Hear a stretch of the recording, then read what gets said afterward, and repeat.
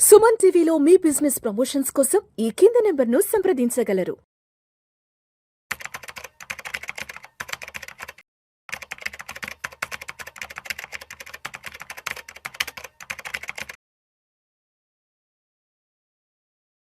Sir నమస్తే sir Ramachandramurthy గారు. నమస్తే విష్ణు గారు. Welcome to Vishnu talks. Thank you అండి. సార్ రామచంద్రమూర్తి గారు, కొత్త సంవత్సరంలోకి అడుగు పెట్టేసాం కాబట్టి 2026లోకి వచ్చేసాం కాబట్టి బంగారం వెండి ధరలకి సంబంధించి ప్రతి ఒక్కరూ డిస్కషన్ చేస్తున్నారు. దానికి సంబంధించిన ఇన్ఫర్మేషన్ కోసం యూట్యూబ్లో గూగుల్లో ఒకటే మేము సెర్చింగ్ చేస్తున్నారు.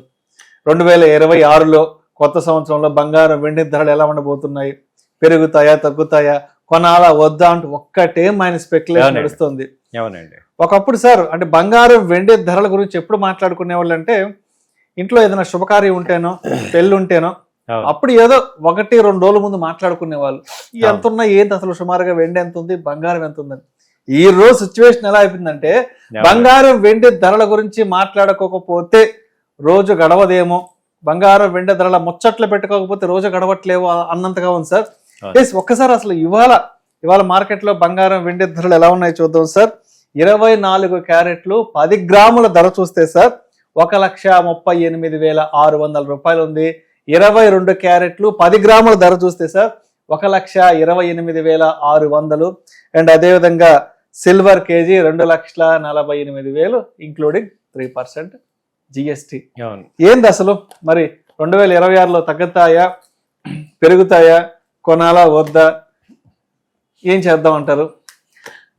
సో థ్యాంక్ యూ అండి, మంచి పాయింట్ మీరు అన్నట్టు. ఇవాళ గోల్డ్ రేట్లు ఎందుకు అంత డిస్కషన్ అయిపోయిందంటే లాస్ట్ 6 monthsలో విపరీతంగా పెరిగిపోయినాయి. ఇంతవరకు మనం లాస్ట్ 20 yearsలో ఎప్పుడు చూడలే ఇంత హ్యూజ్ ఫ్లక్చుయేషన్స్ చూడలేదు. అలాగే ఒక్క రోజులో మన సిల్వర్ చూస్తే 20,000 25,000 డౌన్ అయిపోయింది. అలాగే గోల్డ్ 5-6 డౌన్ అయిపోయింది. సో ఇంత ఫ్లక్చుయేషన్స్ ఎందుకు వస్తున్నాయి ఏంటి అనేది అందరికీ కూడా ఉంది. అది వరకు ఏంటంటే గోల్డ్ సిల్వర్ అందరూ కూడా ఏదన్నా ఫంక్షన్లో కానీ అకేషన్గా కొనుక్కోవడానికి మీరు అన్నట్టు ఆలోచించేవారు. ఇవాళ ఏం చేస్తున్నారంటే అందరూ కూడా ట్రేడ్ చేయొచ్చు కదా, దీన్ని గోల్డ్ ఈటీఎఫ్లు కానీ లేకపోతే ఈ గోల్డ్ సిల్వర్ ర్యాలీలో ఇవాళ సామాన్యుడు కూడా పార్టిసిపేట్ చేయొచ్చు కదా అని ఆలోచిస్తున్నారు. కాబట్టి అందరూ కూడా ఈ రేట్లు అనేది అబ్జర్వ్ చేయటం కానీ అనలిస్ట్ యొక్క ఒపీనియన్స్ తీసుకోవడం కానీ జరుగుతుంది. ఇప్పుడు ఇది చూస్తే ఫిబ్రవరి దాకా యాక్చువల్గా ఎటు మూడమే కాబట్టి ఎటు ఫంక్షన్స్ లేవు, అయినా గోల్డ్ సిల్వర్లు ఎందుకు పెరుగుతున్నాయి? అది వరకు ఎలా ఉండేది, మామూలుగా ఎప్పుడన్నా ఈ ఆషాఢం వీటిల్లో తగ్గేది, శ్రావణ మాసం నుంచి పెరిగేది రీజన్ ఉండేది పెరుగుతానికి రీజన్. ఇప్పుడు అసలు రీజనే లేదు. ఇవాళ కూడా 1000 points పెరిగింది. అలాగే సిల్వర్ చూసుకుంటే ఇవాళ 7,000 పెరిగింది. ఏంటి రీజన్ అని చూసుకుంటే మనం ఎప్పటికీ జరుగుతుంది ఏంటంటే ఈ యొక్క బంగారాన్ని కానీ మైనింగ్ కంట్రోల్ చేసే ఏవైతే ఉన్నాయో ఇప్పుడు చైనా మేజర్గా ఏంటంటే వరల్డ్ మొత్తం మీద 70% ప్రొడక్షన్ అక్కడే ఉంది. ఈవెన్ రేర్ ఎర్త్ మెటల్స్ కానీ కాపర్ కానీ జింక్ కానీ ఈ గోల్డ్ కానీ మైనింగ్ అంతా అక్కడ ఉంది. ఇప్పటిదాకా ఏం చేస్తుందంటే ఇక్కడ ఏం జరుగుతుంది అంటే డాలర్ అనేది బాగా ఇప్పుడు డివాల్యుయేషన్ వాల్యూ తగ్గుతుంది. దానికి అది అర్థం చేసుకుని ప్రపంచ దేశాలన్నీ కూడా గోల్డ్ కొంటున్నాయి. అంటే అంతకుముందు ఓన్లీ ఇండియాలో మనలాంటి వాళ్ళని కొనుక్కునే వాళ్ళం. ఇప్పుడు ఏంటంటే సెంట్రల్ బ్యాంక్స్ అన్ని కొంటున్నాయి కాబట్టి గోల్డ్ని రిజర్వ్ కరెన్సీ లాగా పెట్టుకొని గోల్డ్ కొంటున్నాయి. దీనివల్ల ఏమవుతుందంటే ఫిజికల్ గోల్డ్కి విపరీతమైన డిమాండ్ అవుతుంది. ఇప్పుడు ఏంటంటే దీన్ని కనుక ఇంకా గోల్డ్ రేట్లు పెరుగుతుంటాయి. ఇప్పుడు కొత్త విషయం ఒకటి మీకు చెప్పాల్సిన విషయం ఏంటంటే ఇప్పుడు ఒక రేటు కన్నా ఎక్కువ కనుక పెరిగిపోతుంటే గోల్డ్ సిల్వర్ రేట్లు అక్కడ US డాలర్కి థ్రెట్ వచ్చేస్తుంది. కాబట్టి ఇప్పుడు ఏం చేశారంటే మొన్న 20,000 ఒక్కసారిగా పట్టడానికి రీజన్ ఏంటంటే వీళ్ళు సీబాల్ట్లో కానీ యూఎస్ఏలో కానీ ఎక్స్చేంజ్లో మార్జిన్ని ఎక్కువ పెంచేశారు. అంటే వాళ్ళు ఆ మార్జిన్ పెంచడం వల్ల ఏమవుతుందంటే ఎక్కువ అమౌంట్ డిపాజిట్ చేయాలి ఒక ట్రేడ్ చేయాలంటే. కాబట్టి ఏమవుతుందంటే దానివల్ల ఎక్కువ ఫాల్ అయినాయి అన్నమాట.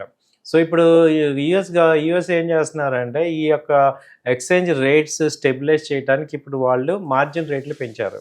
దానివల్ల ఏమవుతుందంటే గోల్డ్ సిల్వర్ పెరగటం కొంత తగ్గుతుంది. సో అది స్టెబిలైజ్ అవుతుంది. సో ఇప్పుడు 2026 చూసుకుంటే ఏదైతే రష్యా కానీ ఉక్రెయిన్ కానీ వార్ కనుక క్లోజ్ అయిందంటే కొంత గోల్డ్ సిల్వర్ కామ్ అయ్యే ఛాన్సెస్ ఉన్నాయి.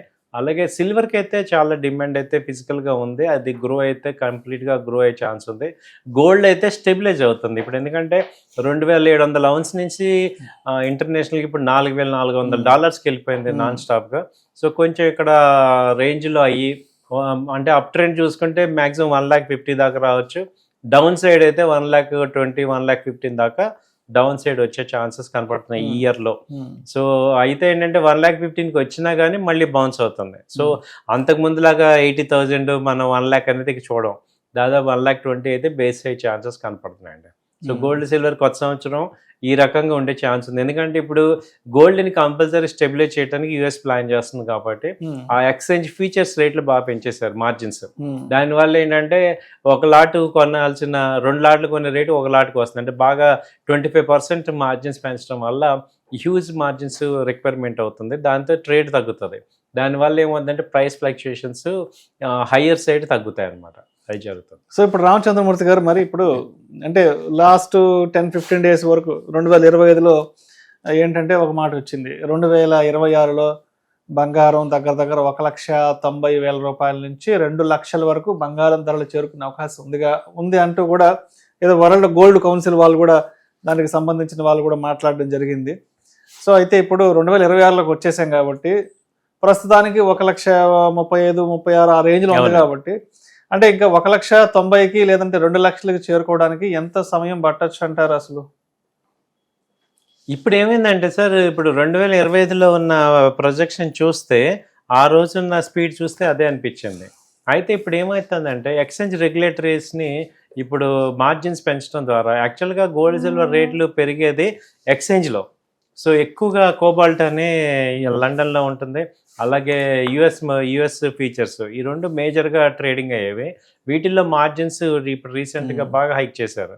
దానివల్ల ఏమవుతుందంటే కొంత ట్రేడ్ అనేది నిదానించవచ్చు, తగ్గచ్చు అనేది కనపడుతుంది. సో దానివల్ల రేంజ్లోకి వస్తుంది. ఇప్పుడు అన్నట్టు ఇప్పుడున్న ప్రజెంట్ ప్రొజెక్షన్ చూసుకుంటే 1,75,000కి ఇయర్ ఎండ్లో ఛాన్సెస్ కనపడుతున్నాయి. 1,70,000 ఇయర్ ఎండ్కి 1,75,000 వరకు, అంటే 2 లక్షల దాకా అయితే వెళ్ళే అవకాశం లేదంటారు. లేదు, ఛాన్సెస్ తక్కువ ఉన్నాయి. 1,75,000, ఎందుకంటే ఈ ఉక్రెయిన్ వార్ ఈ ఒక 1 monthలో క్లోజ్ అవుతుంది. అలాగే ఇండియాలో ట్రేడ్ డీల్ కనుక సెట్ అయిపోయిందంటే వరల్డ్ నార్మల్ అయినట్టే. ఇప్పుడు వరల్డ్ లో పెద్ద టెరిబుల్ రీజన్స్ ఇక అనిశ్చితి, కొంత నెగటివ్ ఫ్యాక్టర్స్ తగ్గుతాయి, అప్పుడు ఈక్విటీ మార్కెట్స్ పెరుగుతాయి, కాబట్టి ఇన్వెస్ట్మెంట్స్ అన్ని డైవర్ట్ అవుతాయి. సో కాబట్టి ఏంటంటే ఇంకా స్టెబిలైజ్ అయ్యే ఛాన్స్ ఉంది. గోల్డ్ అయితే కంపల్సరీ కూడా వన్ సైడ్ అవ్వదు, గోల్డ్ కొంచెం ఈ క్రూడ్ ఆయిల్ లాగా గోల్డ్ కూడా స్టెబిలైజ్ అవుతుంది రేట్లో. సో సిల్వర్ పాయింట్కి వస్తే ఇది బాగా స్కోప్ ఉంది, ఎందుకంటే ఇప్పుడు కంపల్సరీ 2026లో ఈ ఎలక్ట్రిక్ వెహికల్స్ కావాలి, సోలార్ ప్యానల్స్ కావాలి, అలాగే సెమీ కండక్టర్స్, చిప్ మేకింగ్, ఇవన్నీ జరుగుతున్నాయి. వీటన్నిటికీ కూడా సిల్వర్ రా మెటీరియల్. కాబట్టి సిల్వర్కి ఇంకో ప్రాబ్లం ఏంటంటే అది డైరెక్ట్గా దొరకదు. జింక్, కాపర్, అల్యూమినియం వీటిలో బై ప్రొడక్ట్స్, కాబట్టి ఈ సిల్వర్ అయితే పెరుగుతుంది. సిల్వర్లో కూడా హెవీ ఫ్లక్చుయేషన్స్ వస్తాయి. సో ఇప్పుడు చూసారు కదా, ఒక్క రోజులోనే 20,000 30,000 ఫాల్ అయింది. సిల్వర్ ప్రొజెక్షన్ ఏంటంటే మళ్ళీ ఒకసారి 2 lakhs ఆ రేంజ్కి వచ్చే ఛాన్సెస్ ఉన్నాయి నెక్స్ట్. సో అయితే రామచంద్రమూర్తి గారు, ఇప్పుడే మీరు కాపర్ గురించి అండ్ అదేవిధంగా అల్యూమినియం గురించి కూడా మాట్లాడారు.